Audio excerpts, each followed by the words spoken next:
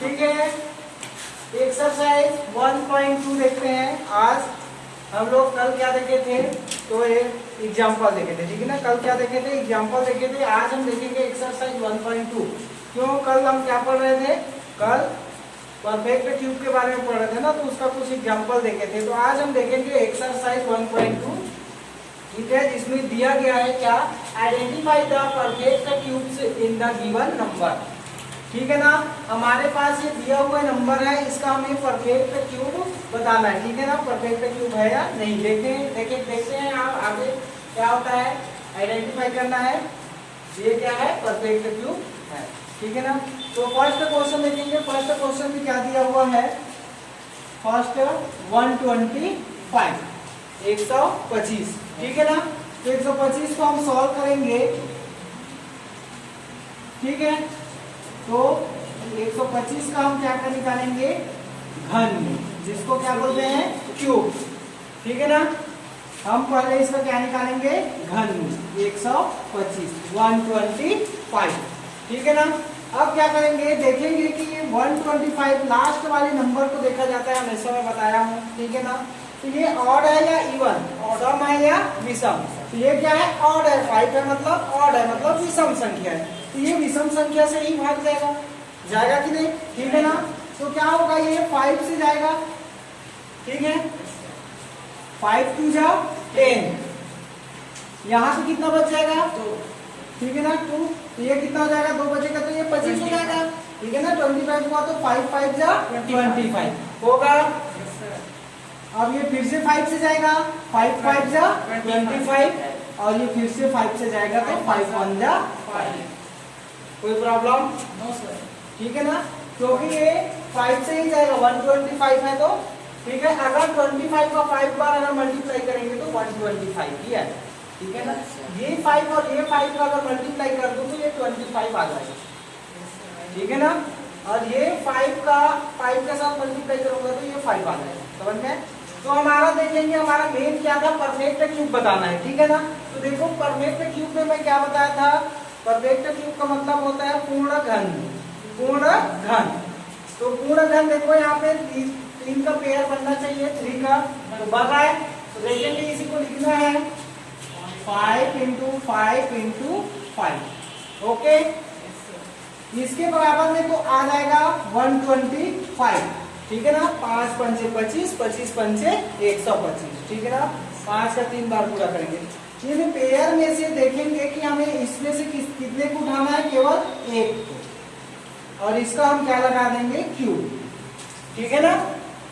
5 का क्यूब बराबर कितना लिख देंगे, 125, हो रहा है कि नहीं। अगर इसको हम इस तरीके से सॉल्व करें तो इतना आएगा ही। तो हमें बताना क्या था इसमें, कि परफेक्ट क्यूब है कि नहीं। और परफेक्ट क्यूब में क्या बताना होता है कि 3 का पेयर बनना चाहिए, और परफेक्ट स्क्वायर में क्या होना था, 2 का पेयर बनना चाहिए। तो यहाँ पे 3 का पेयर बन रहा है कि नहीं, यस सर। तो ये क्या है, परफेक्ट क्यूब है, ठीक है ना। अब नेक्स्ट देखेंगे, सेकंड है, इसी प्रकार क्या दिया है, सेकंड का 800, ठीक है ना। 800 को करेंगे इसी प्रकार से सॉल्व, तो क्या हो जाएगा, ये घनमूल निकालेंगे, ठीक है ना। हम इससे पहले जो पढ़ रहे थे वो वर्गमूल था, ठीक है ना, स्क्वायर। अब ये पढ़ रहे हैं वो क्या है, क्यूब, ठीक है ना। क्यूब मतलब क्या होता है, घन, ठीक है ना। तो यहाँ पे घनमूल पढ़ रहे हैं, तो इसमें क्या होगा, आप देखेंगे कि ये 0 है, तो ऐसी कौन सी संख्या से ये डिवाइड जा रहा है। तो 0 है मतलब कौन सा आएगा, इवन आएगा कि ऑड आएगा, तो ये किस में आएगा, इवन मतलब सम। 0 उसी में आ रहा था, तो 2 से जाएगा। मैं बोल रहा हूँ सबसे छोटी संख्या से भाग देते हुए जाना है, समझ में, ना कि बड़े संख्या को भाग दे दिए पहले, उसके बाद छोटी संख्या को भाग देना है, ठीक है ना। पहले छोटी संख्याओं को भाग देते हुए हम क्या करेंगे, बड़ी संख्याओं की ओर बढ़ते हैं, ठीक है ना। तो ये 2 होगा, तो 2 चौक 8, मतलब 2 4 जा 8, और 2 शून्य शून्य 2 शून्य शून्य, समझ में आया कि नहीं, यस सर। अब ये फिर से 2 से जाएगा, 2 2 जा 4, 2 शून्य शून्य, और 2 0 का 0, मतलब 2 शून्य शून्य 2 शून्य शून्य। फिर 2 से जाएगा, 2 1 जा 2, और शून्य का शून्य, ठीक है ना। फिर किससे जाएगा 2 से, 2 5 जा 10 और 0 का 0। फिर किससे जाएगा 2 से, फिर जाएगा तो 2 2 जा 4 1 तो 2 5 जा 10। अब क्या ये 2 से जाएगा क्या डिवाइड 5 से, ये सीधा किससे जाएगा 5 से। 5 5 जा 25 और 5 1 जा 5। ओके, समझ में आया। अब इसको हम देखेंगे तो क्या है, पेयर बनाएंगे, 3 का पेयर बनेगा। देखो 2 का 3 का पेयर बन रहा है, लेकिन ये दोनों का पेयर जो है वो दोनों का बना है, ठीक है ना। लेकिन हमें बनाना कितना था 3 का पेयर। अगर यहाँ पे 2 एक और हो जाता तो 3 हो जाता, और यहाँ पे 5 भी होता तो 3 पेयर सभी का बन जाता। तो हम इसको क्या बोलते हैं कि ये परफेक्ट क्यूब है। लेकिन यहाँ पे इन दोनों का पेयर नहीं बन रहा है, तो ये परफेक्ट क्यूब नहीं है। आप इसको शो करोगे तो कैसे शो करोगे, यहाँ पे नीचे में 2 into 2 into 2 into 2 into 2 into 5 into 5, ठीक है। तो रीजन क्या हो गया हमारे पास, ये परफेक्ट क्यूब नहीं है।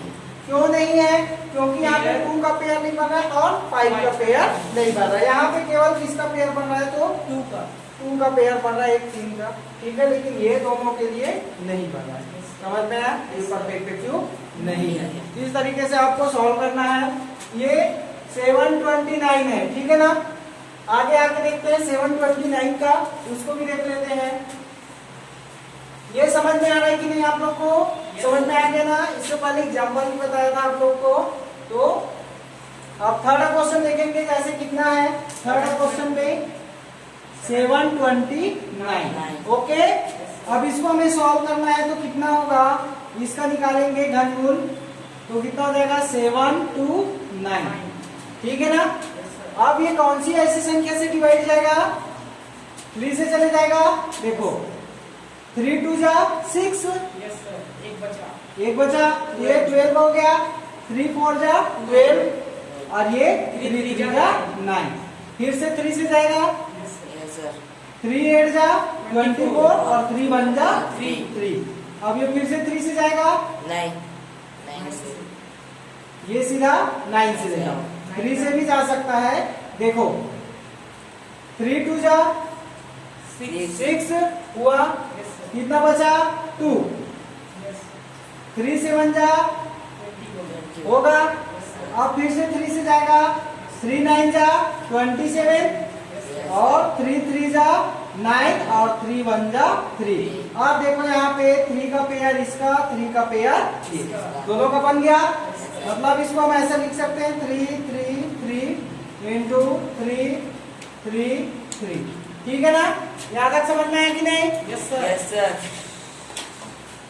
तो क्या हो जाएगा, ये इन दोनों में से एक एक को उठा लेंगे। देखो 3 3 का पेयर बन रहा है, इनमें से इन दोनों में से 1 3 गुणा इन दोनों में, इनमें से कितना 1 3, तो कितना यार 3 3 जा 9।